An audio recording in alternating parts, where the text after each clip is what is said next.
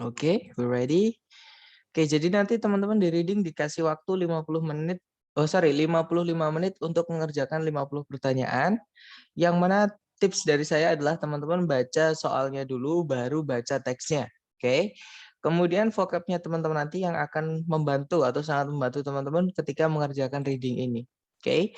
Dan dari membaca soal dulu, teman-teman akan tahu langkah apa yang teman-teman harus harus lakukan. Oke. Apakah yang pertama membaca topik senternya saja, yaitu yang kedua, apakah teman-teman harus melakukan scan dan skim atau membaca cepat karena informasi yang ditanyakan itu menggerombol di satu tempat di paragraf maksud saya. Kemudian make an inference, membuat tebakan atau kesimpulan yang mana hari ini kita akan pelajari. Oke. Nah, untuk yang pertama kemarin yaitu membaca topik sentence, ada 3 jenis soal yang ada main idea, kemudian idea organization, sama tone, purpose, sama course ya teman-teman. Kemudian berikutnya ada soal yang cara menjawabnya yaitu menggunakan scan dan skim, yaitu yang pertama locate information atau mencari letak informasi di dalam teks, kemudian pronoun reference atau rujukan kata ganti, kemudian state detail, jadi informasi tertentu yang ada di dalam teks, kemudian unstated detail, kita ditanyai mengenai yang salah ya atau yang nggak ada di teks, kemudian pertanyaan mengenai vocab question. Nah, hari ini kita akan lanjutkan dengan teknik terakhir cara menjawab soal reading yaitu make an inference atau membuat tebak-tebakan, dan jenis soal-soal apa aja yang cara menjawabnya adalah make an inference ya. Jadi yang pertama yang cara menjawabnya menggunakan inference atau kesimpulan, menarik kesimpulan seperti itu, teman-teman. Itu adalah soal inference itu sendiri, oke? Jadi inference sendiri artinya adalah kesimpulan atau kemungkinan yang bisa dibuat berdasarkan informasi yang ada di dalam teks. Seperti itu. Nah, pertanyaannya nanti biasanya ada kata implied, kalau nggak gitu inferred, kalau nggak gitu likely, kalau nggak gitu probably. Jadi implied sama inferred itu kita disimpulkan bahwa seperti itu. Atau kalau likely probably itu artinya adalah mungkin. Jadi kita disuruh membuat kemungkinan. Nah, eh, jenis soal ini teman-teman bisa dikenali juga dari pilihan jawaban yang nggak ada sama sekali di teks keempat-empatnya. Jadi kalau pilihan jawabannya itu nggak ada sama sekali di teks, berarti itulah teman-teman jenis soal inference. Oke. Nah, cara menjawabnya, pertama teman-teman cari dulu tetap. Jadi baca soal dulu, di soal cari kata kuncinya. Kemudian kalau di soal sudah menemukan kata kunci yang ditanyakan, teman-teman melakukan scan. Jadi tetap lakukan scan dan skim sampai menemukan informasi yang ditanyakan. Nah, ini mirip kayak unstated detail kemarin, teman-teman ya. Jadi dibaca informasi apapun mengenai yang ditanyakan. Kemudian hubungkan dengan pilihan yang ada di jawaban atau kemungkinan yang ada di jawaban. Seperti itu. Untuk contoh soalnya seperti ini, di situ kita baca soalnya dulu, teman-teman. Soalnya berbunyi, which of the following is probably not a Hawaiian word? Yang manakah di antara berikut ini yang yang kemungkinan bukan kata dalam bahasa Hawaii. Nah, di situ ada kata mahalo, mahi-mahi, meklea, moana. Kalau teman-teman cek, keempatnya ini tidak akan ada di teks, teman, tidak tertulis. Oke, yang tertulis adalah aturan penggunaan kata dalam bahasa Hawaii atau aturan kata dalam bahasa Hawaii itu seperti apa. Contohnya seperti itu. Nah, Hawaiian word itu disebutkan di kalimat pertama. Kita baca kalimatnya. Jadi bahasa Hawaii merupakan sebuah bahasa yang merdu, yang di dalamnya semua kata-katanya itu didapat dari huruf huruf alfabet yang hanya terdiri dari 12 huruf saja. 5 diantaranya adalah vokal A, I, U, E, O, dan 7 diantaranya konsonan H, K, L, M, N, P, W. Setiap silabel atau setiap suku kata di dalam bahasa tersebut selalu berakhiran dengan huruf vokal. Dan 2 konsonan itu tidak boleh atau tidak pernah muncul bersama. Nah, itu adalah aturannya ya, teman-teman. Nah, kita cek ABCD. Yang alfa di situ mahalo. Di situ ada 3 suku kata yaitu ma, kemudian ha, kemudian lo. Nah, ketiga suku kata berakhiran dengan vokal. A sama O ya, teman-teman. Kemudian konsonannya tidak pernah ketemu satu sama lain langsung karena ada MHL di situ dan dipisah dengan konsonan. Berarti ini mengikuti aturan bahasa Hawaii. Yang ditanyakan adalah yang kemungkinan bukan bahasa Hawaii. Berarti alfa bukan ya, karena dia mengikuti aturan penggunaan bahasa Hawaii, teman-teman. Kalau yang Bravo, mahi-mahi. 4 suku kata. Ada ma, kemudian hi, kemudian ma, kemudian hi. Setiap suku kata berakhiran dengan vokal, yaitu a, i, kemudian huruf konsonan tidak pernah muncul bersama. Jadi MH, MH-nya itu tidak pernah ketemu, teman-teman. Oke, karena dipisah sama vokal. Berarti itu kemungkinan kata dalam bahasa Hawaii yang ditanyakan adalah yang bukan. Berarti Bravo bukan. Kalau yang Charlie, me, Clea. Di situ ada 2 suku kata, 3 ya, teman-teman. Ada me, cle, sama a. Oke. Nah, cuman di situ yang kedua yang di garis bawah itu ada kata cle. Ada K sama L yang ketemu. Padahal tadi jelas-jelas aturan di bahasa Hawaii itu 2 konsonan itu tidak pernah muncul bersama. Nah, berarti di sini ya, teman-teman, yang bukan kata dalam bahasa Hawaii adalah yang Charlie. Kenapa? Karena dia tidak mengikuti aturan kata dalam bahasa Hawaii. Seperti itu. Kalau yang Delta, Moana. Di situ ada 3 suku kata, mo, wa, sama na. Yang mana setiap suku kata selalu berakhiran dengan vokal o, a, sama a. Oke, kemudian 2 konsonan tidak pernah ketemu bersama, m sama n-nya dipisah. Berarti nggak ada masalah ya teman-teman. Berarti delta kemungkinan kata dalam bahasa Hawaii yang ditanyakan adalah yang mungkin bukan kata dalam bahasa Hawaii. Berarti jawabannya yang Charlie tadi. Seperti itu. Nah, mungkin ada pertanyaan dulu sebelum lanjut ke latihan buat teman-teman. Silakan.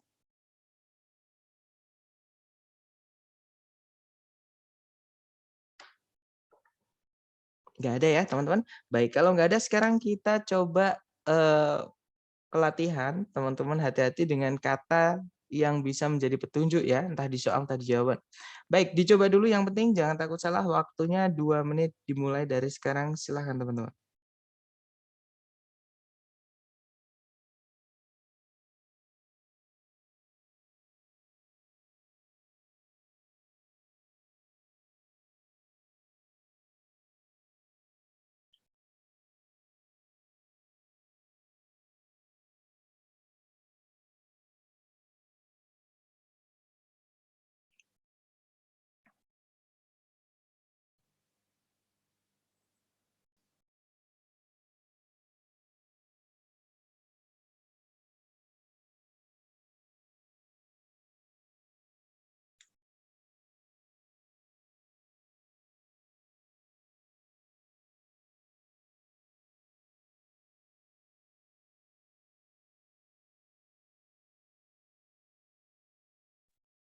Kak, slide-nya belum ganti.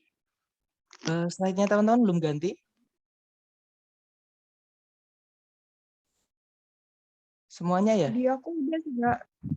Oke, ada yang sudah, berarti koneksinya Miss coba di restart atau mungkin keluar kemudian masuk lagi, Miss.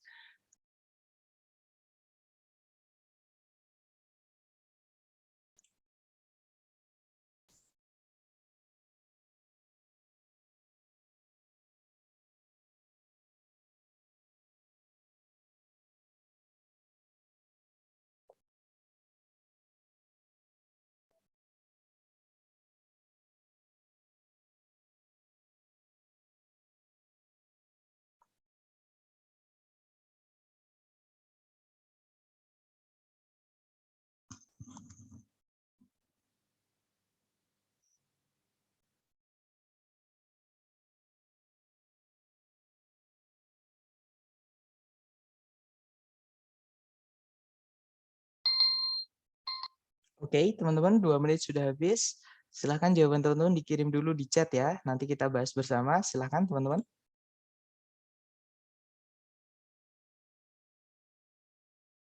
Oke, sepertinya belum ada yang menemukan jawaban. Baik, gak apa-apa. Mari kita bahas bersama ya. Di situ nomor 1 pertanyaannya adalah, bisa disimpulkan di dalam teks bahwa jika sebuah kayak memiliki 2 lubang, maka oke, berarti kata kunci teman-teman adalah lubang yang ada di kayak.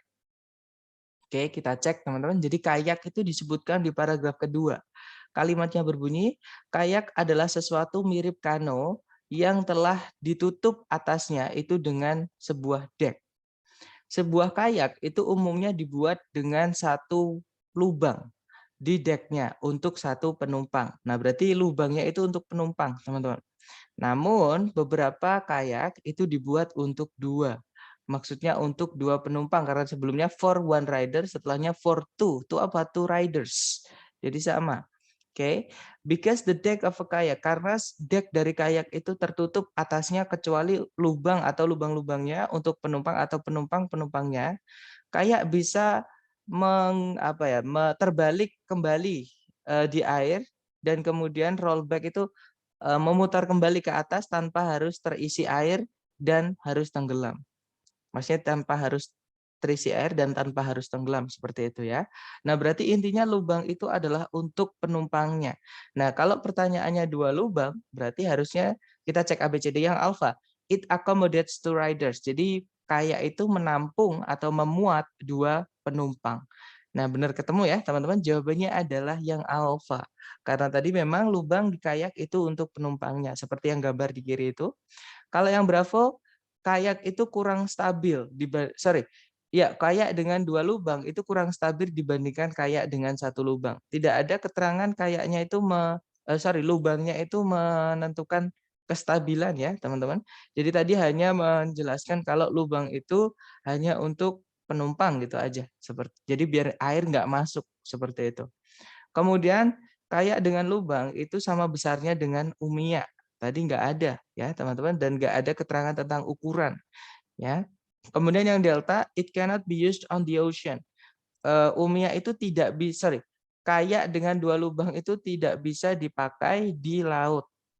Nah, tadi nggak ada keterangan seperti itu ya, teman-teman. Yang ada adalah yang alfa. Jadi hubungan lubang kayak itu adalah dengan penumpangnya atau ridernya.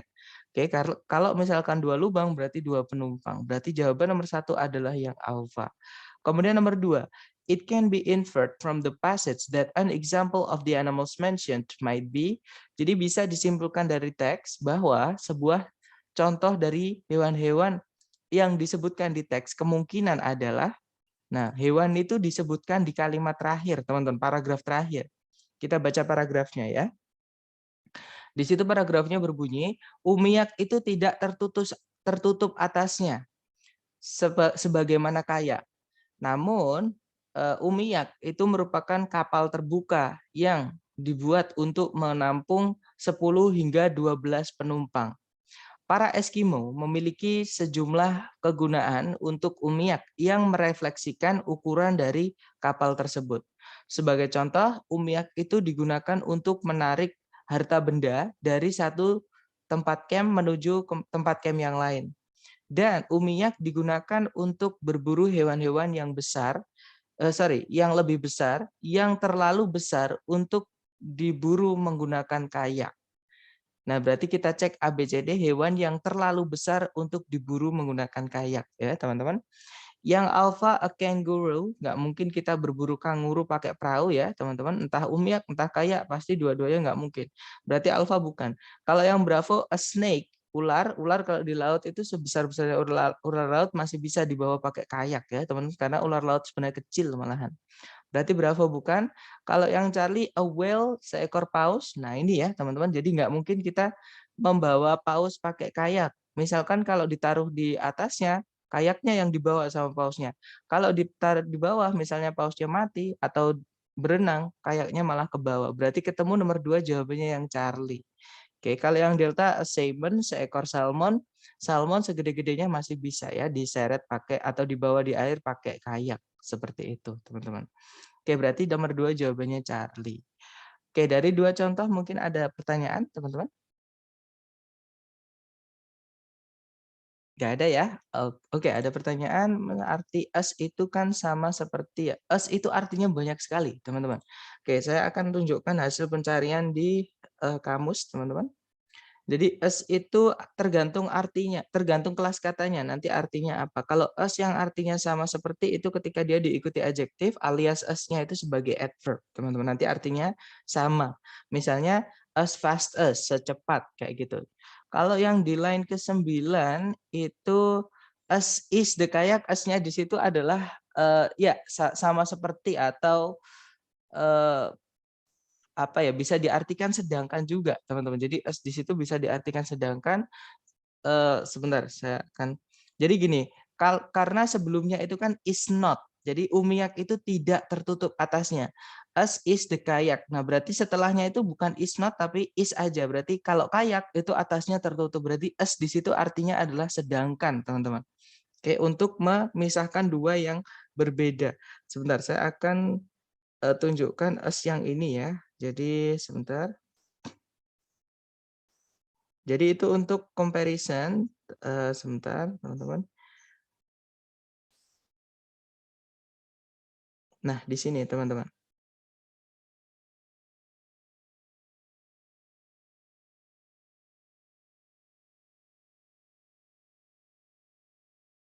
Sorry, bukan. Sebentar ya teman-teman. As it is.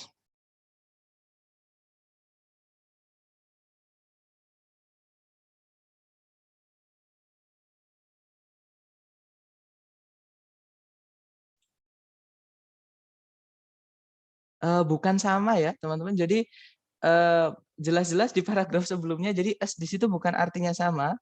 Jadi bukan artinya gini, eh, umiyat sama kaya itu atas-atasnya berarti sama-sama terbuka. Bukan seperti itu, teman-teman.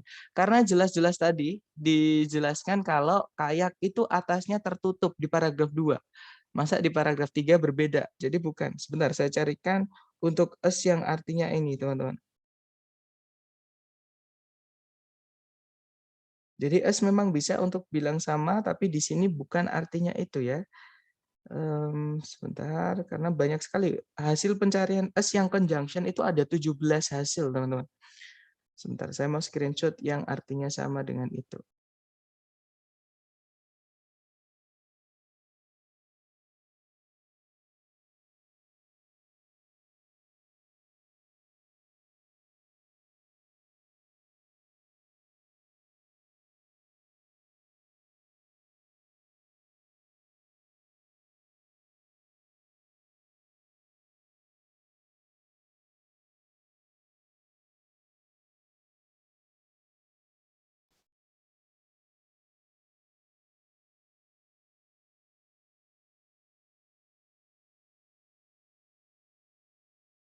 Oke, sebentar ya teman-teman, karena ada 17 atau nanti ya, nanti akan saya kirim di grup aja untuk screenshotnya. Itu kebalikannya, teman. Jadi the umyak is not closed over, as is the kayak itu maksudnya gini. Umyak itu tertutup atasnya, sorry, tidak tertutup atasnya. Seperti halnya kayak, maksudnya kalau tertutup atasnya itu kayak, kalau tidak itu umyak, maksudnya seperti itu. Jadi untuk sesuatu yang berbeda seperti itu.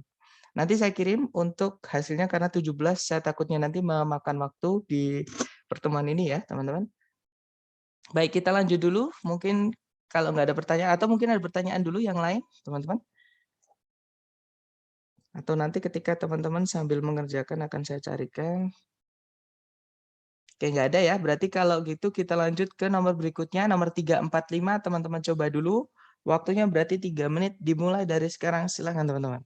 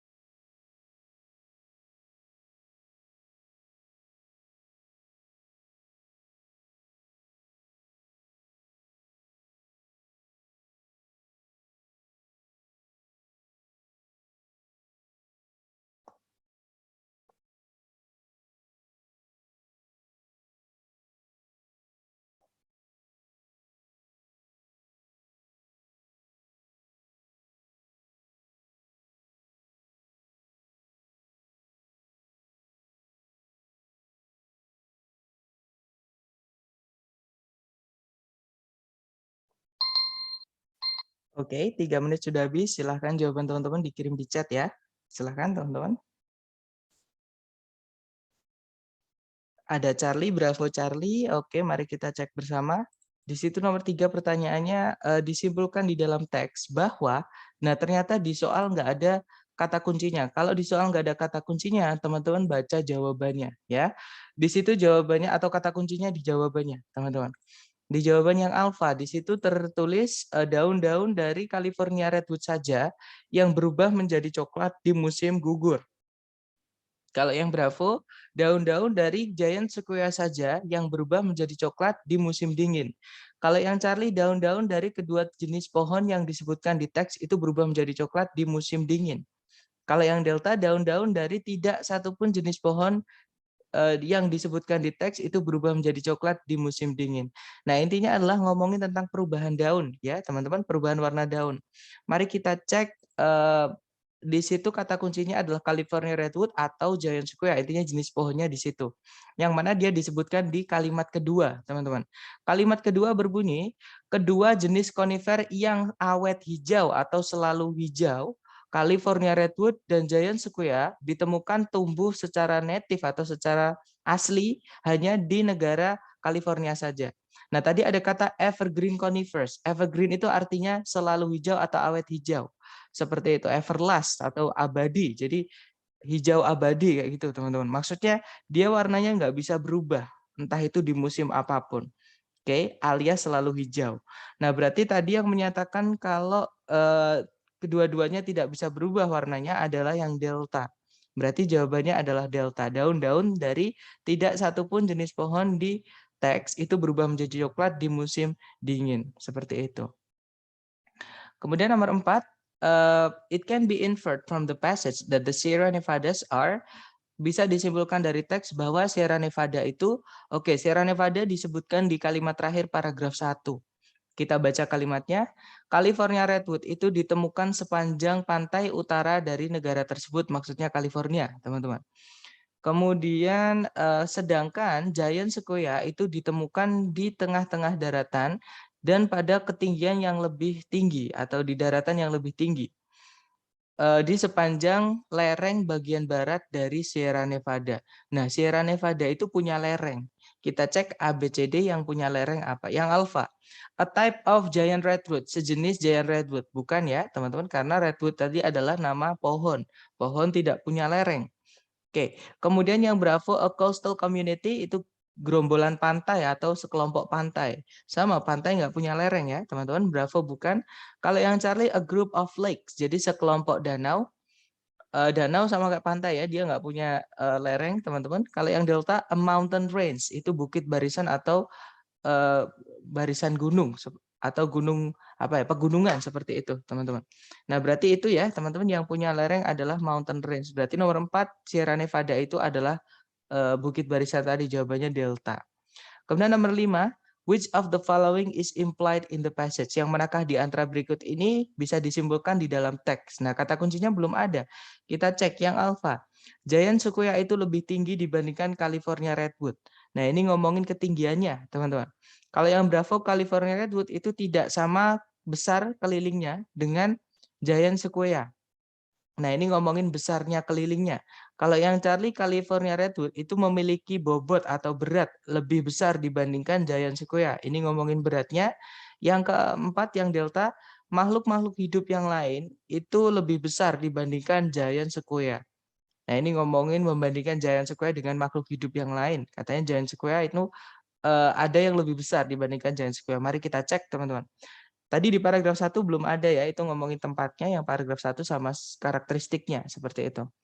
Berarti dia di paragraf 2, kita baca paragraf 2, California Redwood merupakan pohon hidup tertinggi dan faktanya merupakan makhluk hidup tertinggi di permukaan bumi. Ketinggian dari redwood yang paling tinggi di rekor adalah 385 kaki atau 120 meter. Nah, berarti nggak ada yang lebih tinggi daripada California redwood. Tadi yang ngomongin ketinggian yang alpha. Katanya Giant Sequoia itu lebih tinggi dibandingkan California redwood. Salah ya, teman-teman, karena jelas-jelas yang paling tinggi adalah California redwood.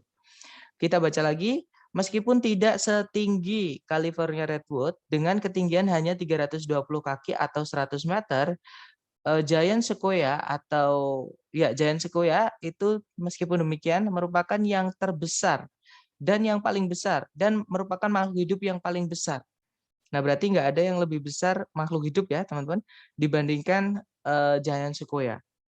Nah, tadi yang ngomongin lebih besar tadi yang delta berarti salah ya, karena makhluk hidup itu nggak ada yang lebih besar dibandingkan Giant Sequoia. Katanya yang delta, banyak makhluk hidup yang lain itu lebih besar dibandingkan Giant Sequoia.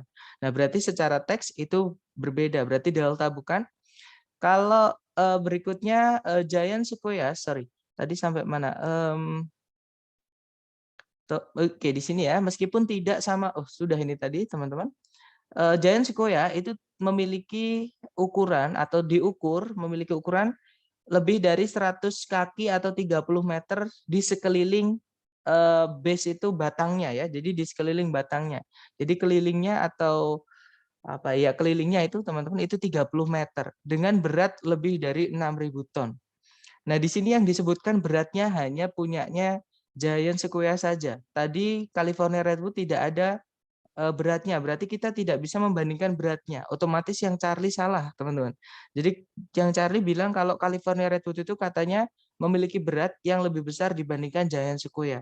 Sedangkan beratnya California Redwood tidak disebutkan, yang disebutkan hanya ketinggiannya saja. Otomatis kita nggak bisa membuat perbandingan kalau satu variabelnya nggak ada. Berarti Charlie nggak bisa, berarti fix jawabannya yang Bravo. California Redwood itu tidak sama besar kelilingnya dengan Giant Sequoia. Nah, tadi disebutkan Giant Sequoia itu merupakan makhluk hidup yang paling besar. Kelilingnya itu 30 kaki. Ya, teman-teman. 100 kaki atau 30 meter maksudnya. Oke, berarti jawaban yang paling tepat adalah yang Bravo. Oke, mungkin ada untuk yang gambar tadi sudah saya kirim di grup, sebenarnya diartikan seperti boleh, teman-teman, tapi pahami konteksnya. Ya, jadi sebenarnya kita balik ke teks. Kalau di kamus memang dia diartikan seperti juga, ya, untuk diarti misalnya seperti ini. Umiak itu tidak tertutup atasnya, seperti halnya kayak. Kalau diartikan seperti itu nanti. Jadi diartikan seperti atau sama halnya juga nggak apa-apa.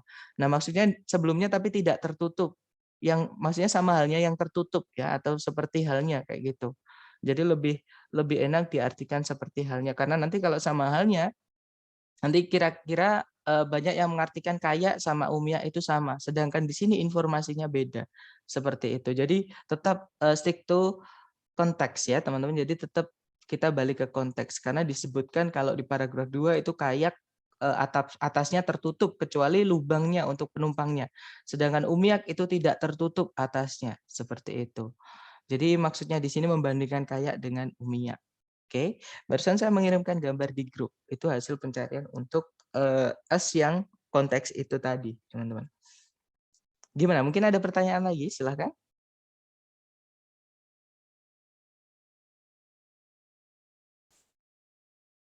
Nggak ada ya? Baik, kalau nggak ada lanjut lagi ke contoh soal berikutnya. Latihan teman-teman dicoba dulu 3 soal, waktunya 3 menit, dimulai dari sekarang. Silahkan.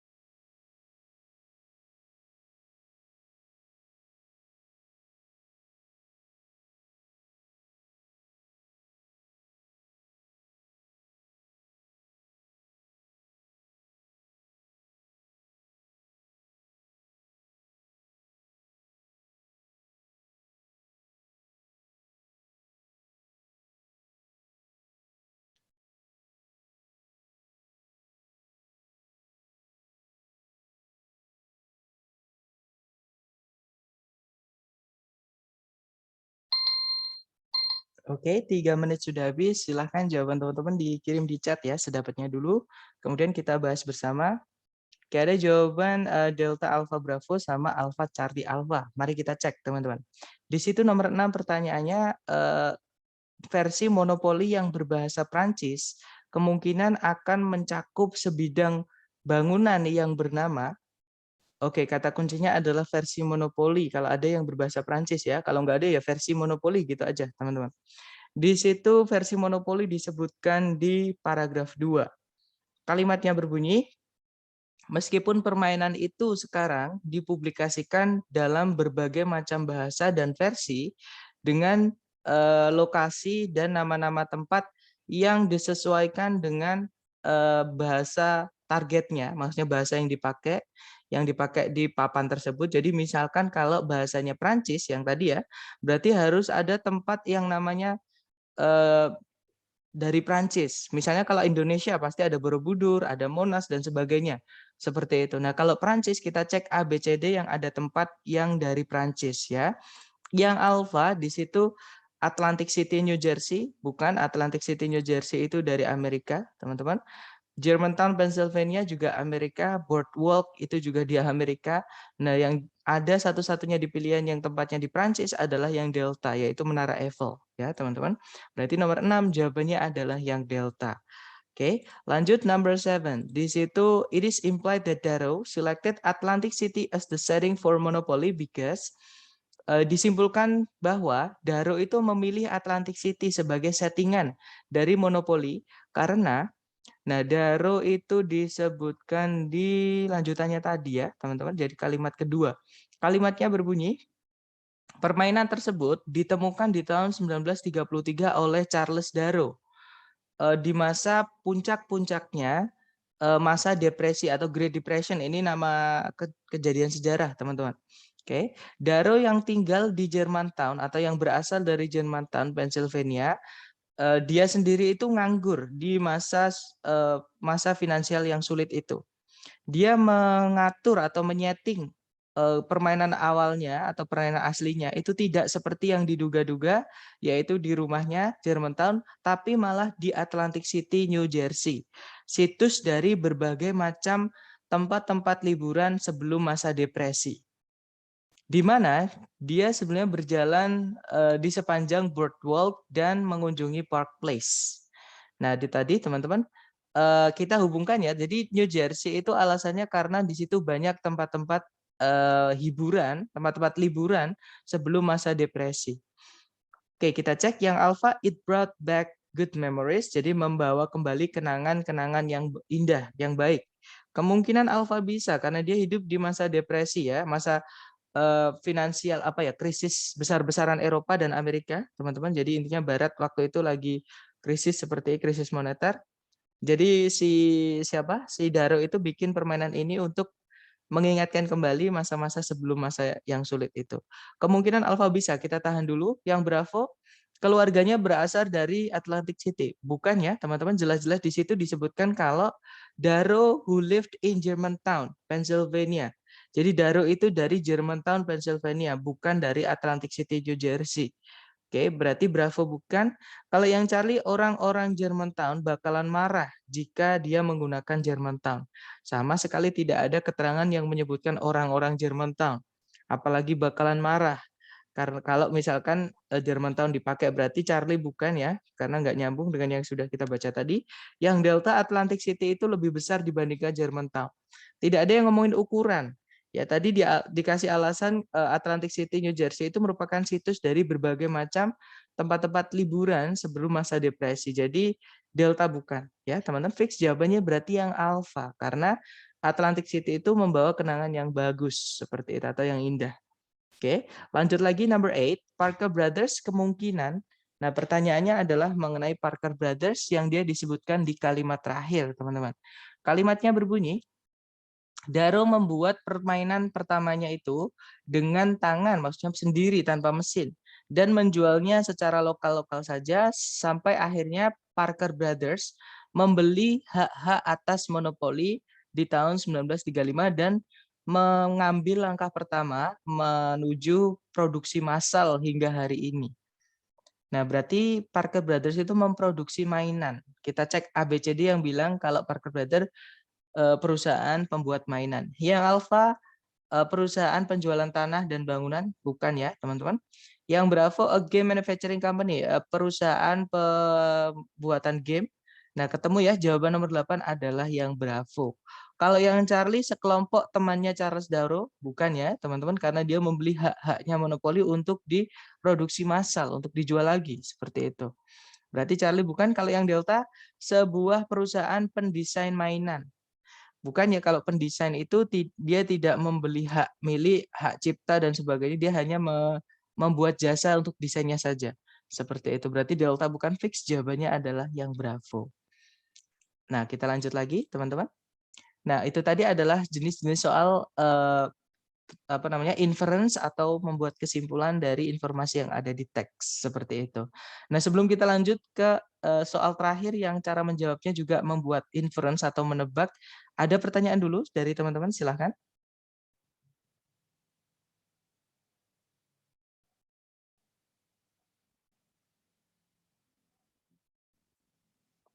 Nggak ada ya teman-teman? Oke, kalau nggak ada kita akan lanjut ke jenis terakhir yang cara mengerjakannya juga menggunakan what's that?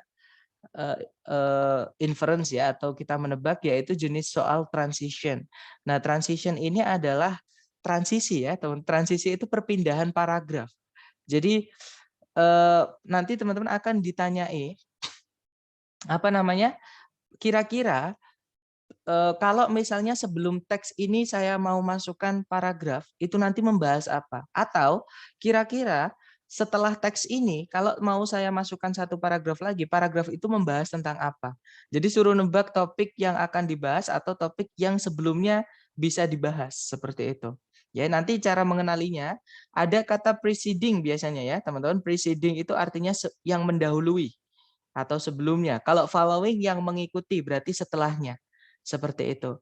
Nah, kalau yang ditanyakan preceding atau kita diminta untuk mencari untuk menebak paragraf sebelum teksnya itu, nah kita baca transisinya paragraf 1, yaitu di kalimat pertama paragraf 1. Oke, jadi kita baca kalimat pertama, kita pahami. Di situ nanti teman-teman akan menemukan kata yang di kalimat itu nggak dibahas, tapi disebutkan. Seperti itu. Atau kalau yang ditanyakan following paragraph, jadi paragraf setelahnya teks, ya sudah kita baca transisinya. Yang paling dekat dengan paragraf tersebut adalah kalimat terakhir. Ya sudah kita baca kalimat terakhir. Seperti itu. Atau contoh soalnya seperti ini. Di situ soalnya berbunyi, the paragraph preceding this passage most probably discusses. Jadi paragraf yang mendahului teks ini kemungkinan membahas tentang apa. Nah, berarti karena preceding sebelumnya teks ini kita baca kalimat pertama, transisinya di situ, teman-teman.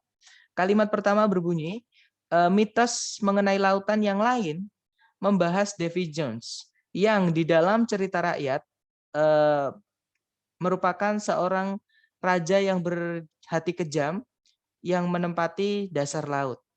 Seperti itu. Nah, intinya adalah di sini tiba-tiba ada kata mitos mengenai lautan yang lain. Tiba-tiba bilang yang lain. Berarti sebelumnya dia juga ngomongin mitos mengenai lautan, tapi bukan mengenai Davy Jones, ya teman-teman. Kita cek ABCD. Yang alfa, the youth of Davy Jones, masa mudanya Davy Jones. Bukan ya, nggak mungkin Davy Jones dibahas sebelumnya. Kalau Davy Jones saja baru diperkenalkan di paragraf ini. Berarti alfa bukan. Yang Bravo juga nyebut Davy Jones. Nggak mungkin sebelumnya sudah disebut kalau dia baru diperkenalkan di sini. Ya, berarti Bravo bukan. Kalau yang Charlie sebuah story atau cerita yang lain yang tradisional dari lautan atau mengenai lautan. Nah, ketemu jawabannya adalah yang Charlie ya, teman-teman. Kalau yang Delta mempersiapkan perjalanan di laut. Bukan ya, nggak nyambung teman-teman seperti itu. Karena di sini nyeritain mitos mengenai lautan. Apalagi ada kata yang lainnya di sini. Berarti sebelumnya juga mitos mengenai lautan juga, tapi bukan mengenai Davy Jones. Karena Davy Jones baru diperkenalkan di sini. Berarti jawabannya yang Charlie seperti itu. Nah, mungkin ada pertanyaan sebelum ke latihan buat teman-teman, silahkan.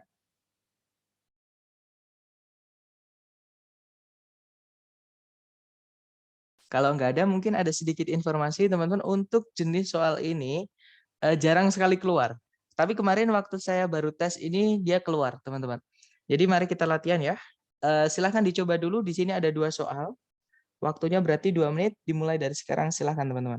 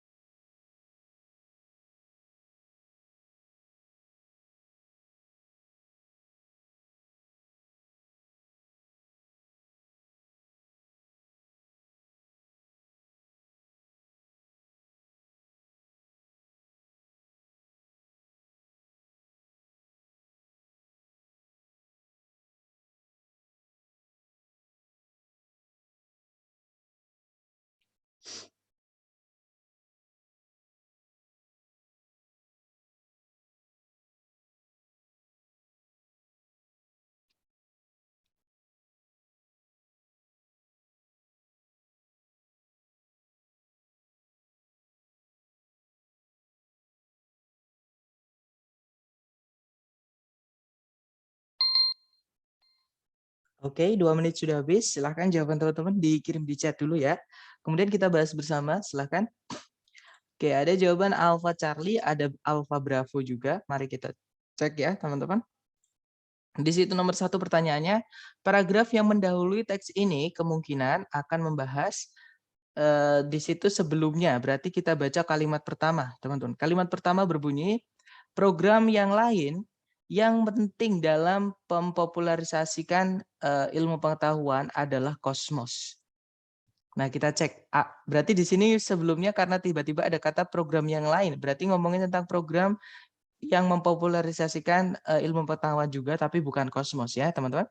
Yang Alpha sebuah serial televisi yang lain yang saintifik atau yang ilmiah. Nah, kemungkinan Alpha bisa. Kita cek dulu yang lain. Yang Bravo pencapaian-pencapaian ilmiahnya Carl Sagan. Nah, ini nggak nyambung. Ini siapa Carl Sagan? Pencapaian ilmiah apa? Yang ada yang sama cuma ilmiah saja ya, teman-teman, sains aja. Bravo bukan, karena terlalu jauh.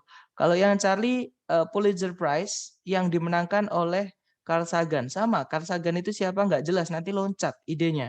Charlie bukan. Kalau yang Delta, Public Television, televisi umum, terlalu luas ya, teman-teman, karena di sini ngomongin tentang acaranya, yaitu salah satu acara yang mempopulerkan ilmu pengetahuan namanya Kosmos. Nah, tapi karena ada kata another program, berarti sebelumnya pasti ada program yang lain yang dijelaskan untuk mempopulerkan ilmu pengetahuan, tapi bukan Kosmos. Berarti nomor 1 jawabannya alfa. Kemudian nomor 2, paragraf yang mengikuti atau setelah teks ini kemungkinan akan membahas informasi atau mencakup informasi mengenai apa. Oke, kita lihat kalimat terakhir ya, karena kalimat paragraf setelahnya, kalimat terakhir berbunyi, penulis dan sutradara dari program tersebut adalah Carl Sagan, seorang astronomer terkemuka dan penulis yang memenangkan penghargaan Pulitzer. Nah, di sini baru disebutkan atau dikenalkan Carl Sagan. Berarti kita cek paragraf setelahnya pasti juga ngomongin tentang Carl Sagan ya, teman-teman, atau apapun yang berhubungan dengan Carl Sagan. Yang alpha, the popularity of science, popularitas dari ilmu pengetahuan, bukan ya, nanti loncat, teman-teman. Kalau yang bravo, the program Cosmos sudah dibahas sebelumnya, sudah ganti topik. Berarti nanti kalau kita belah bravo, dia maju mundur. Bravo nggak enak, teman-teman. Kalau yang Charlie, di astronomer Carl Sagan, nah ketemu jawabannya adalah yang Charlie. Kalau yang Delta, topik dan masalah atau isu dari berbagai jenis bidang keilmuan. Bukan ya nanti loncat teman-teman. Jadi harus ada sambungan dengan kalimat paling dekat atau transisinya. Berarti jawabannya yang Charlie. Oke, mungkin ada pertanyaan dulu, silahkan.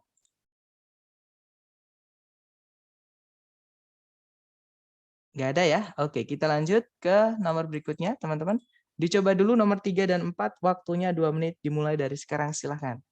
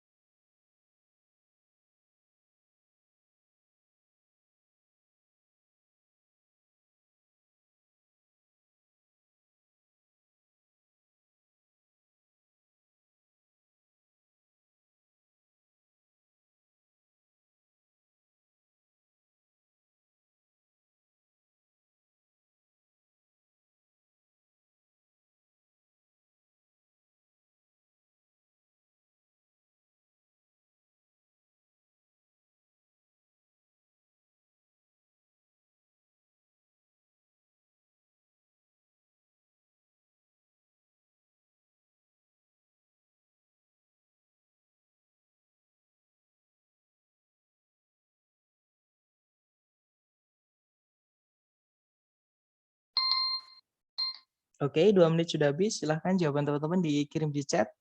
Oke, ada jawaban Charlie Delta, Delta Bravo, Alpha Bravo. Oke, mari kita cek bersama.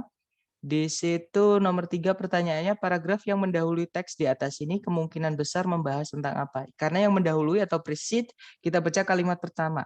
Kalimat pertama bunyi, ketika sebuah gempa yang kuat terjadi di daratan, bukan di laut, di dasar laut, bukan di daratan, sebuah gaya yang besar itu dihasilkan di permukaan air laut dan satu atau lebih gelombang yang merusak yang disebut dengan tsunami itu bisa terbentuk. Nah, di sini ngomongin tentang tsunami dan gelombang di dalam air laut. Tapi tadi ada yang disebutkan, tapi tadi ada satu yang berbeda, teman yang disebutkan yaitu rather than on land, bukan di darat. Berarti sebelumnya itu yang dibahas, yaitu gempa yang terjadi di darat. Kalau ini ngomongin tentang gempa yang terjadi di laut. Oke, kita cek ABCD. Yang alfa, tsunami di berbagai macam belahan dunia. Tsunami aja baru dikenalin di sini ya, teman-teman. Jadi gelombang yang merusak yang disebut dengan tsunami. Maka sebelumnya pasti belum ada penjelasan atau penyebutan mengenai tsunami. Berarti alfa bukan. Kalau yang bravo dampak nih apa ya? Di sini artinya bukan dampak apa ya? Intinya kerusakan yang disebabkan oleh tsunami. Bukan ya, sama. Tsunami baru disebutkan di sini. Nggak mungkin sebelumnya udah ngomongin tsunami. Berarti Bravo bukan.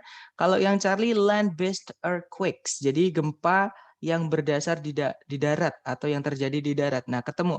Jawabannya adalah yang Charlie. Yang Delta, the effect of tides on tsunamis. Jadi dampak dari naik turunnya naik turunnya gelombang pada tsunami. Bukan ya, sama, tsunami itu baru disebutkan di sini. Berarti sebelumnya pasti tidak ngomongin tsunami, teman-teman. Namanya baru dikenalin, berarti sebelumnya harusnya belum disebutkan. Seperti itu. Berarti satu-satunya yang nggak ada tsunami-nya adalah yang Charlie. Berarti jawabannya yang Charlie ya. Nomor 4, yang manakah di antara berikut ini yang kemungkinan besar topik dari paragraf yang mengikuti teks ini, berarti setelahnya. Kita baca kalimat terakhir. Kalimat terakhir berbunyi, ketika sebuah tsunami mencapai perairan pantai yang dangkal, dia bisa mencapai ketinggian hingga 100 kaki atau 30 meter atau bahkan lebih. Dan bisa mengakibatkan atau bisa menyebabkan banjir besar dan kerusakan pada area-area pantai. Nah, berarti di sini ngomongin tentang pasca tsunami ya di pantai. Kita cek ABCD.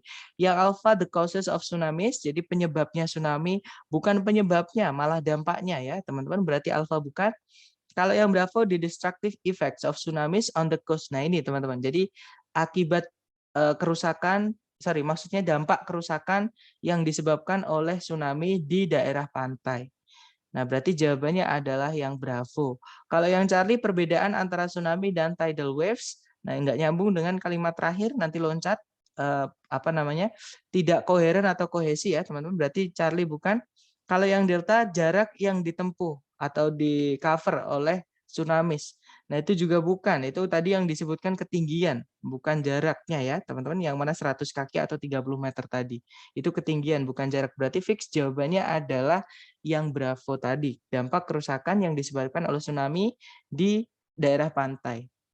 Oke, kita lanjut lagi ke nomor berikutnya. Dicoba dulu, ini campuran ya teman-teman. Nomor 1 dan nomor 2 waktunya 2 menit dimulai dari sekarang. Silahkan.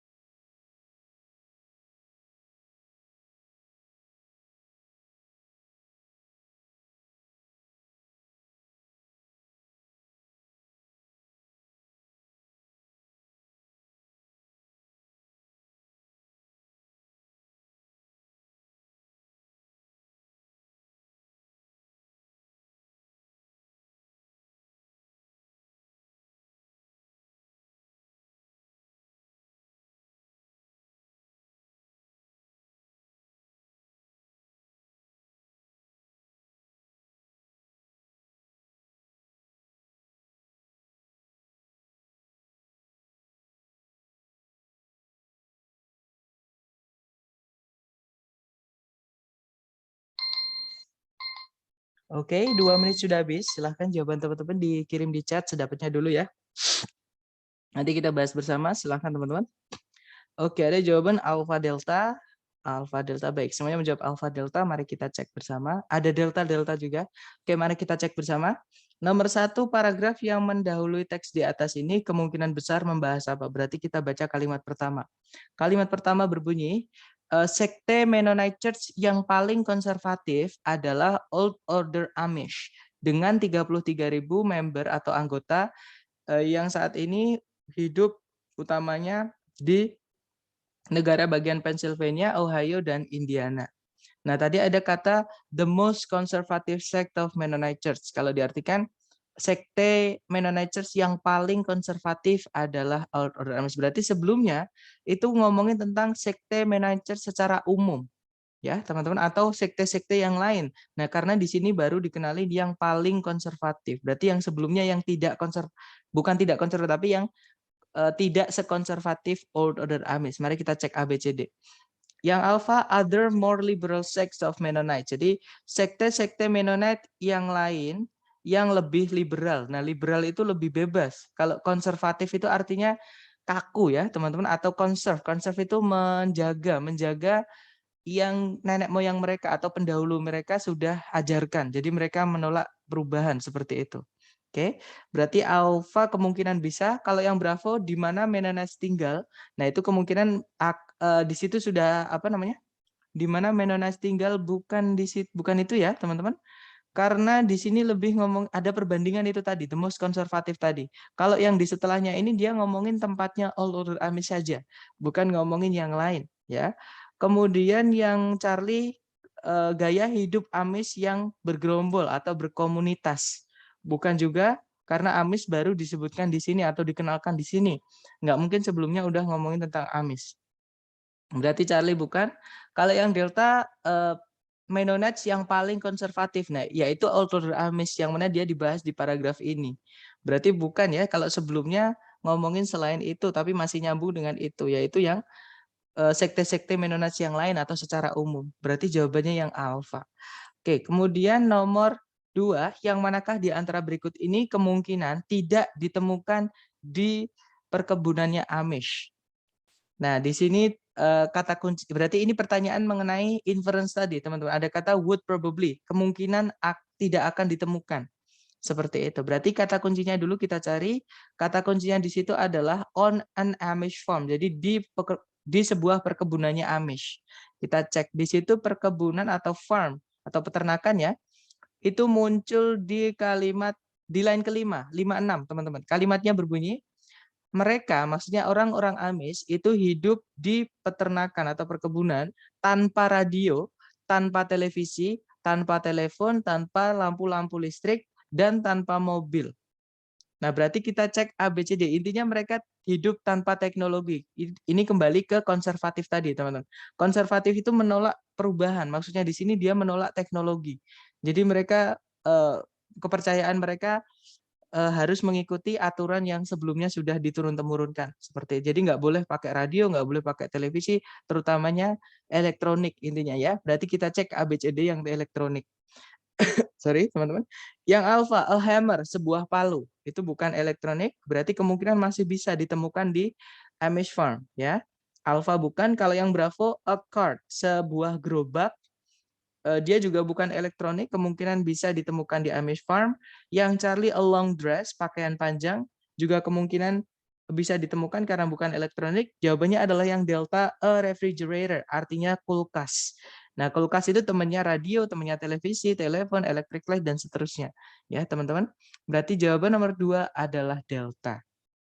Oke, terakhir, teman-teman. Nomor 3 dan 4 teksnya sama, cuman beda soal. Dicoba dulu, jangan takut salah, waktunya 2 menit, dimulai dari sekarang, silahkan teman-teman.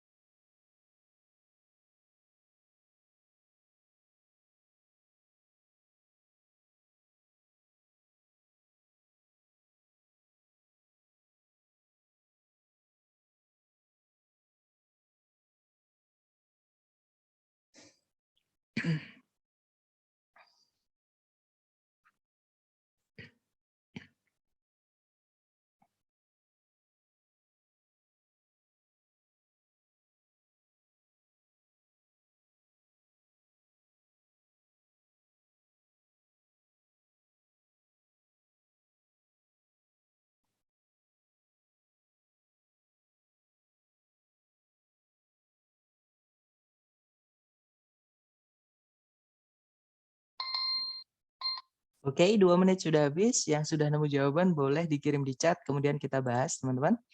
Oke, ada jawaban alfa delta, ada juga alfa alfa, ada juga bravo delta. Baik, mari kita cek.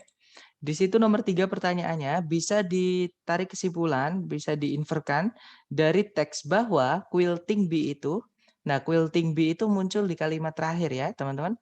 Kalimatnya berbunyi, mereka maksudnya orang-orang Amish itu hidup atau memiliki gaya hidup yang komunal atau yang sangat komunal. Dengan aktivitas utamanya yaitu quilting bee sama membesarkan hewan ternak.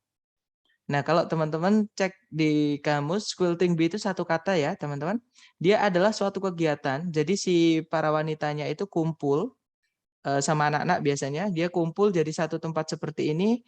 Nah, mereka sambil ngobrol sambil merajut ya atau merajut seperti itu. Jadi kayak membuat bed cover atau selimut seperti itu. Nah, itu namanya quilting bee, teman-teman. Nah, kita cek ABCD yang alpha involves a group of people. Melibatkan sekelompok orang. Nah, di situ tadi ada kata they have a highly communal form of living. Mereka punya gaya hidup yang komunal. Komunal itu bergerombol, berkomunitas. Jadi nggak sendiri-sendiri seperti itu. Nah, berarti kemungkinan alpha bisa karena masih nyambung. Kalau yang bravo penting ketika membesarkan lebah atau beternak lebah. Bukan ya, jadi quilting bisnis itu bukan artinya benar-benar lebah, bukan. Tapi itu hanyalah istilah saja, teman-teman, yang dipakai untuk merujuk kepada kegiatan seperti ini. Bravo bukan. Kalau yang Charlie always follows a barn racing, jadi selalu dilakukan atau selalu mengikuti setelah melakukan merawat hewan ternak. Bukan ya, karena itu nggak ada sequence, teman-teman. Yang mana yang dahulu nggak ada. Jadi itu hanya contoh saja, common activities yang dilakukan di sana. Charlie bukan. Kalau yang Delta provides needed solitude, memberikan kesendirian yang diinginkan atau diperlukan. Bukan ya, teman-teman, karena membutuhkan banyak orang. Itu juga nyambung dengan kalimat sebelumnya tadi yang menyebutkan kalau gaya hidupnya Amish itu komunal atau berkomunitas seperti itu, bergerombol. Berarti delta bukan, jawabannya fix yang alfa tadi. Jadi melibatkan banyak orang. Kemudian nomor 4, yang manakah di bawah ini kemungkinan besar merupakan topik dari paragraf yang mengikuti teks di atas atau yang jatuh setelah teks di atas. Berarti kita baca kalimat terakhir. Nah, tadi sudah kita baca kalimat terakhir yang berbunyi mereka menjalani gaya hidup yang berkomunal atau bergerombol, berkomunitas. Dengan aktivitas utamanya di sana yaitu membesarkan hewan ternak dan quilting bee tadi, teman-teman. Nah, berarti kita cek ABCD yang nyambung dengan itu. Yang alpha, the effects of the communal lifestyle on the old order Amish. Jadi dampak-dampak dari gaya hidup yang berkomunal atau bergerombol tadi pada old order Amish. Nah, kemungkinan alpha bisa. Kalau yang Bravo, bagaimana old order Amish itu berbeda dari Mennonites yang lain? Nah, itu balik lagi ke awal tadi, nanti maju mundur, teman-teman. Ya, dan nggak nyambung dengan transisinya di situ. Berarti Bravo bukan. Kalau yang Charlie, dampak dari teknologi modern terhadap old order Amish. Nah, di kalimat terakhir bukan lagi ngomongin tentang teknologi modern, ya, teman-teman. Nanti jadi loncat, maju mundur seperti itu. Charlie bukan. Kalau teknologi modern tadi sudah selesai dibahas di tengah-tengah teks ini. Berarti Charlie bukan. Kalau yang Delta, doktrin-doktrin pada Old Order Amish. Nah, nggak ada sama sekali kata atau arahan yang menyebutkan doktrin atau padanan katanya, berarti Delta bukan. Fix jawabannya berarti yang Alpha tadi ya, teman-teman. Dampak dari gaya hidup yang berkomunal dari orang-orang Old Order Amish, seperti itu. Nah, itu tadi adalah 2 jenis soal yang cara mengerjakannya adalah dengan what's that? Inference atau kita membuat tebakan atau menarik kesimpulan seperti itu berdasarkan informasi yang di teks ya, teman-teman. Nah, mungkin ada pertanyaan dulu sebelum saya tutup, teman-teman. Silakan kalau ada pertanyaan. Kak, saya mau nanya, Iya, Miss, silakan. kalau kalau urutan untuk mengerjakan soal reading itu dari mulai pertanyaan jenis apa aja ya? Untuk jenis pertanyaannya ini, kalau jenis pertanyaannya nggak bisa ditebak. Tapi untuk reading memang ini teman-teman kan jadi gini, teman-teman kan dikasih 50 pertanyaan, nanti 50 pertanyaan itu ada 5 teks. Jadi ada 5 bacaan. Nah, setiap bacaan itu umumnya terdiri dari 10 atau kadang 9. Berarti ada juga yang 11. Jadi antara 9 sampai 11 pertanyaan. Nah, nanti nomor 1 itu umumnya ngomongin tentang main idea. Seperti itu, yang mana itu masuk ke yang pertama, teman-teman. Jadi nomor 1 setiap teks itu umumnya menanyakan itu, walaupun kadang ada juga yang tidak menanyakan itu. Kalau yang tidak menanyakan itu pasti pasti jawabannya itu di awal-awal, teman-teman. Intinya adalah semakin teman-teman membaca nomor 1, 2, 3, 4 soalnya ya nanti, bacaannya itu akan semakin urut, menurun. Jadi dari pertama, nanti dari tengah-tengah, terus ke bawah, semakin ke bawah, seperti itu, Miss. Jadi memang untuk reading ini enaknya di TOEFL, itu nanti urut. Misalkan paragraf 1 itu sudah dibahas. Nah, nanti pasti soal berikutnya ngomongin setelah paragraf 1. Pasti kalau sudah paragraf 2 berarti soal setelahnya pasti ngomongin paragraf 3. Seperti itu, Mas. Tapi untuk jenis soal apa aja itu acak, teman-teman. Bisa saja nomor 1 itu menanyakan vocab, tapi vocabnya mungkin di kalimat-kalimat pertama. Seperti itu. Misalnya kalimat pertama atau kalimat kedua seperti itu. Pokoknya di awal-awal. Jadi yang urut itu adalah teksnya, letak jawabannya, bukan jenis soalnya, seperti itu. Makanya nggak ada kisi-kisi di TOEFL untuk soalnya nanti urutannya bagaimana, nggak ada. Tapi untuk soalnya itu apa aja, nah yang sudah saya kasihkan ke teman-teman itu. Kemudian ada pertemuan lagi nggak sebelum ujian? Nah, sebenarnya saya mengadakan kelas tambahan bagi teman-teman yang merasa kurang kurang mendapat atau misalkan kurang di materinya. Karena gini, memang 1 bulan itu terlalu singkat, teman-teman, untuk belajar TOEFL ya, tapi nggak apa-apa, memang tergantung usaha teman-teman. Misalkan 1 bulan ini teman-teman benar-benar selesai tugas-tugas dari saya atau misalkan sudah benar-benar paham, itu memang tergantung teman-teman sendiri. Seperti jadi 1 bulan sebenarnya bisa, tapi memang saya akui sulit sekali, teman-teman. Apalagi kalau teman-teman disibukkan dengan pekerjaan, dengan kuliah, apalagi yang mohon maaf di sini beberapa yang sudah menikah, terus ada tanggung jawab rumah tangga dan sebagainya kayak gitu. Untuk latihan itu pasti sulit sekali. Saya paham itu, teman-teman. Makanya saya merasa untuk sebelum tes nanti, saya sudah siapkan 1 pertanyaan yang kisi-kisinya saya samakan. Jadi saya punya soalnya, teman-teman. Jadi kisi-kisinya itu sudah saya samakan. Misalnya nomor 1 untuk structure, itu yang hilang subjeknya. Nah, teman-teman saya buatkan soal yang sama-sama subjeknya yang hilang. Misalnya seperti itu. Jadi sudah saya samakan. Misalnya kasus penggunaan kata ini. Nah, nanti di soal yang saya buatkan itu juga sama. Itu kasus penggunaan kata ini. Seperti itu. Kemudian, nah untuk teman-teman yang tertarik untuk mengikuti nanti silahkan japri saya ya teman-teman. Nanti biar saya masukkan ke grup baru seperti itu. Kemudian kalau soal seperti ini berarti mau tidak mau membaca semua ya? Bukan membaca semua, tapi seperti yang tadi saya jelaskan, mungkin untuk scan dan skim iya, bukan, tapi tidak semua, teman-teman. Scan dan skim itu kita mencari informasi yang ditanyakan. Karena tempatnya kita nggak tahu, bisa aja di awal, bisa jadi di tengah, bisa saja di akhir. Intinya kalau teman-teman sudah menemukan kata yang ditanyakan, letaknya di mana, ya sudah, teman-teman. Jangan dilanjutkan lagi, ya sudah, letaknya pasti di situ, seperti itu. Nah, tapi kalau belum, berarti teman-teman harus baca scan dan skim, melanjutkan sampai menemukan yang ditanyakan, seperti itu. Nah, tapi untuk transisi, yang pertama tadi teman-teman, untuk transisi teman-teman cari kata kunci di soal dulu, scan dan skim sampai menemukan informasinya di mana, kemudian baca kalimat yang membahas tentang itu. Sampai selesai, mengenai tentang itu aja ya, maksudnya tentang yang ditanyakan aja, kemudian hubungkan dengan pilihan A, B, C, D. Kalau yang ditanyakan mengenai soal transisi atau teman-teman disuruh nebak paragraf sebelum sama paragraf setelah teks, baca kalimat pertama saja, pahami, atau baca kalimat terakhir saja, kemudian nanti pahami. Karena transisi itu yang nyambungin, teman-teman. Jadi ketika kita menulis, kan ada hubungan dengan membaca ya, teman. Jadi menulis itu kita harus urut, harus kohesi, nggak boleh maju mundur. Seperti jadi misalnya sekarang bahas apa, nanti next-nya nggak boleh bahas yang sudah kita bahas tadi. Harus ada hubungannya, tapi nggak boleh diulangi. Seperti itu, teman-teman.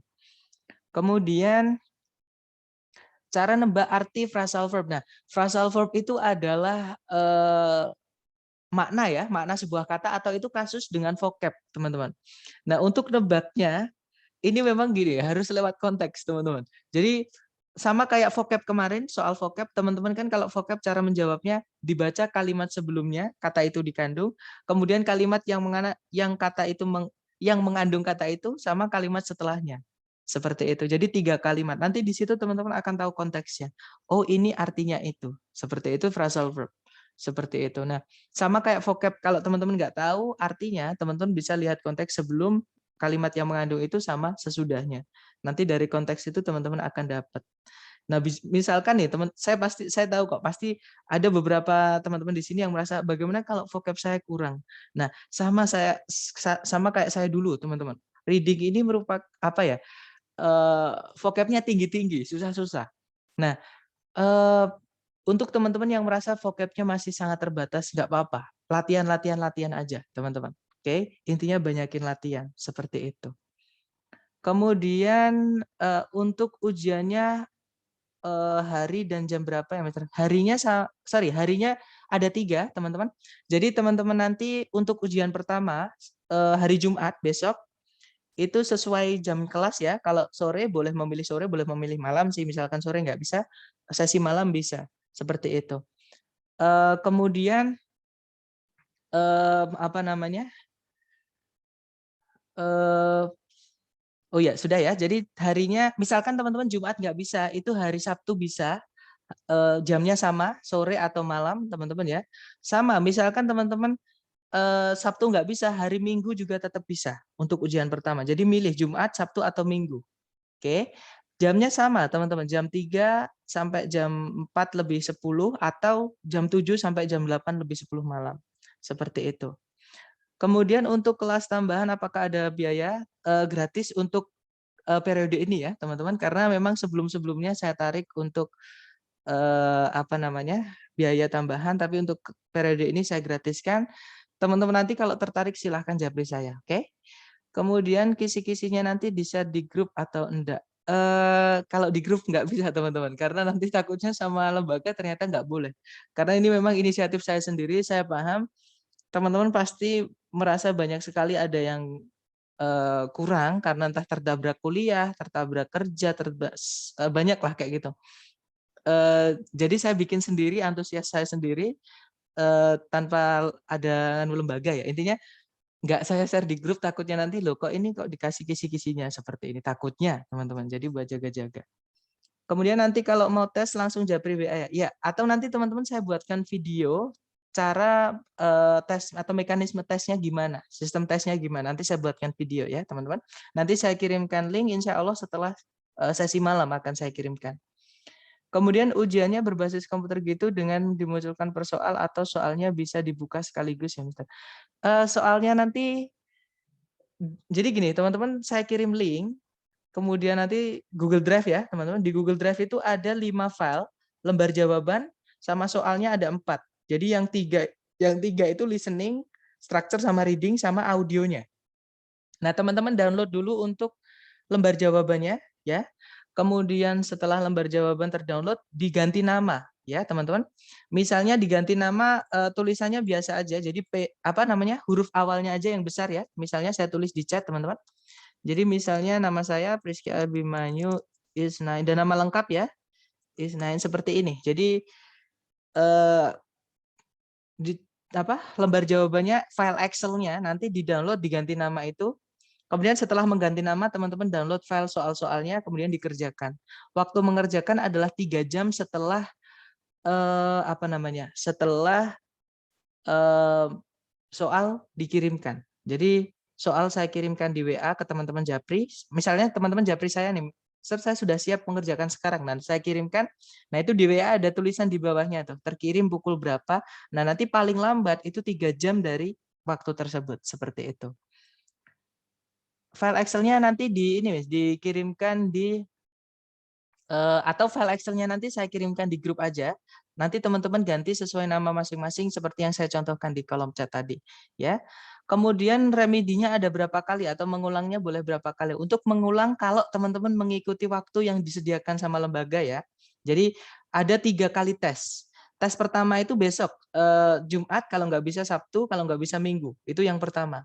Nah, kalau teman-teman ikut itu masih ada 2 remedi, 2 kali remedi. Untuk waktunya belum pasti. Jadi menunggu informasi dari lembaga. Jadi teman-teman stay tune di grup ya. Nanti karena yang mengumumkan bukan lagi saya tapi admin. Seperti itu. Kemudian kalau misal tes besok belum cukup skornya boleh mengulang hari lain. Bisa. Jadi masih ada teman-teman punya 2 kali remedi. 2 kali kesempatan remedi. Kalau begitu disarankan pakai 2 device ya Mister untuk mengoptimalkan pengerjaan. Ide bagus. Saya baru kepikiran ini. Jadi ada yang bertanya, supaya lebih gampang apa bisa pakai 2 device? Ya, itu malah lebih gampang teman-teman. Jadi misalnya soalnya dibuka misalnya pakai HP. Ya, nanti ngerjakannya pakai laptop. Itu juga bisa kayak gitu. Atau nanti di laptop itu di split screen, HP-nya untuk yang audio itu juga bisa. Itu ide bagus sekali. Saya juga baru kepikiran seperti itu baru ini. Ya, teman. Tapi kalau misalkan jadi preferensi teman-teman masing-masing sih. Tapi memang ini ide bagus banget. Saya baru kepikiran ini, Miss. Jadi boleh dengan cara itu teman-teman download di HP, teman-teman juga download di laptop. Untuk mengerjakannya misalnya di laptop lebih gampang ya. Untuk mendengarkan pakai HP atau untuk membaca soal pakai HP juga boleh. Jadi bebas untuk teman-teman. Seperti itu. Untuk sertifikat jadinya kapan ya? Oke. Pertanyaan apapun mengenai sertifikat, teman-teman, saya nggak bisa jawab ya, karena bukan saya, bukan tugas saya. Jadi nanti tugas saya hanya menilai atau mengkoreksi pekerjaan teman-teman. Kemudian nilainya itu saya kirim di lembaga. Nanti lembaga yang akan mengirimkan ke grup nilainya berapa. Kemudian kalau teman-teman sudah puas ya boleh langsung request untuk dicetakkan sertifikat. Seperti itu. Tapi paling lambat mungkin 2 minggu atau 1 minggu untuk sertifikat jadi. Tapi biasanya yang sebelum-sebelumnya itu biasanya langsung teman-teman request itu bisa langsung jadi, teman-teman. Seperti itu. Kak mau tanya dong, Iya, Miss, kalau silahkan. misalnya kita dapat question yang reading kayak gini, misalnya 1 menit itu kan bagi kita kalau misalnya kita nggak paham pertanyaannya kan susah ya. Nah, gimana caranya, tipsnya deh, gimana kalau kita bisa jawab tapi kita nggak cap-cip-cup gitu, gimana tuh? Oke, good.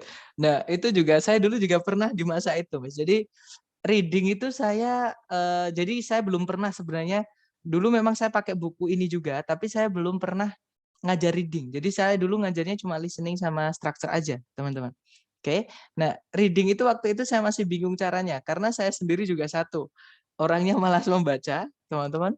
Dua, mungkin sama kayak teman-teman yang lain ketika melihat tulisan dalam bahasa Inggris banyak itu mengantuk atau bingung seperti itu, apalagi vocabnya tinggi-tinggi. Sama, teman-teman. Nah, caranya adalah seperti yang di structure dan listening. Teman-teman hajar latihan sering-sering untuk waktu nggak usah dipermasalahin dulu. Jadi misalnya teman-teman baru bisa menjawab satu soal itu 2 menit atau 3 menit latihan sendiri, itu nggak apa-apa. Ya, intinya teman-teman tahu alasannya. Dari pembiasaan itu lama-lama nggak akan kerasa, teman-teman. Sering-sering mendapatkan soal itu, teman-teman akan dapat yang namanya insting waktu yang di awal saya saya terangkan ke teman-teman ya. Jadi dapat instingnya nanti. Jadi sama kayak yang saya lakukan. Jadi saya latihan, saya nyari soal di internet, dapat banyak banget juga. Terus juga saya waktu tes itu saya foto soalnya ya, teman-teman. Jadi koleksi soal yang dari ITS asli itu saya lumayan banyak ya.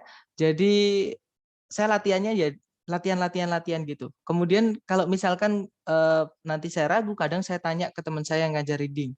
Kalau nggak gitu saya coba cari di internet ada nggak yang ada kuncinya. Tapi hati-hati ya teman-teman, karena di internet itu saya pernah menemukan soal yang sama tapi kuncinya beda-beda.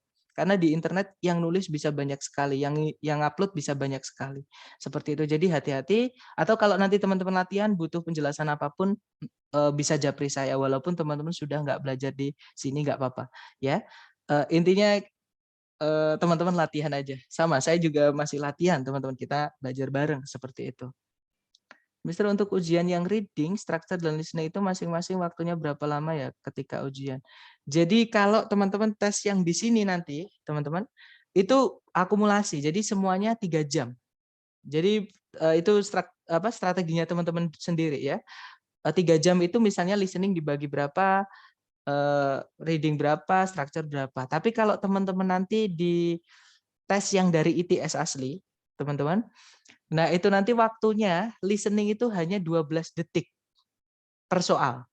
Ya, jadi saya sarankan apalagi kalau teman-teman ngambil yang online. Karena kalau yang online di listening, teman-teman itu nggak bisa back, nggak bisa kembali ke soal sebelumnya.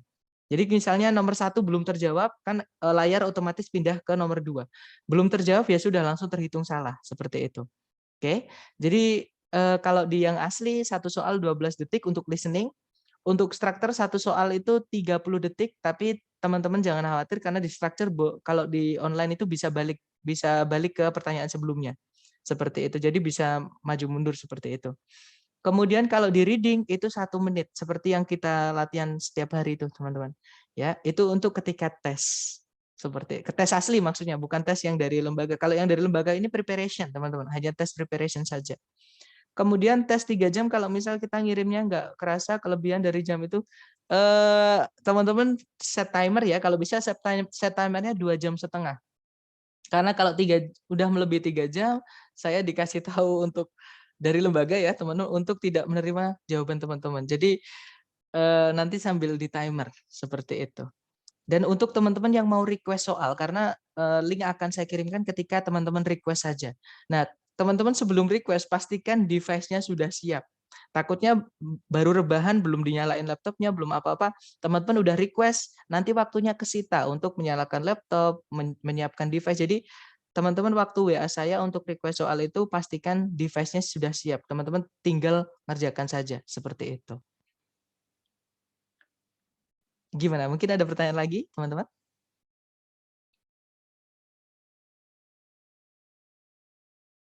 Mister boleh info untuk ujian TOEFL asli itu biasanya di mana ya? Nanti bisa japri ya, Miss. Nanti saya kirimkan link. Ada beberapa tempat kok. Teman-teman bisa cek di UI. Itu bisa, Universitas Indonesia online. Ceknya di Google bisa. Kalau saya biasanya tesnya di UII, teman-teman. Universitas Islam Indonesia. Kemudian kalau enggak gitu di banyak, teman-teman. UNER, UNESA, UB, itu ada semua. Intinya kampus-kampus besar setahu saya ada. Nanti kalau misalkan teman-teman mau linknya, bisa japri saya, nanti saya kirimin seperti itu. Atau teman-teman juga bisa misalnya search di Google itu dengan kata kunci seperti ini, teman-teman. TOEFL ITP online proctoring, seperti itu. Nah, nanti akan keluar beberapa hasil. Nah, nanti biasanya dari UI, dari apa, itu paling atas seperti itu. Atau nanti boleh ada japri saya supaya nanti saya kirimkan linknya seperti itu. Gimana? Mungkin ada pertanyaan lagi, silakan.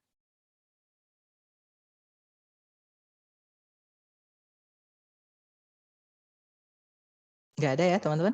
Baik, kalau nggak ada, saya tutup. Thank you so much for having me today, guys. I'll see you again next time. The last I say, Assalamualaikum warahmatullahi wabarakatuh.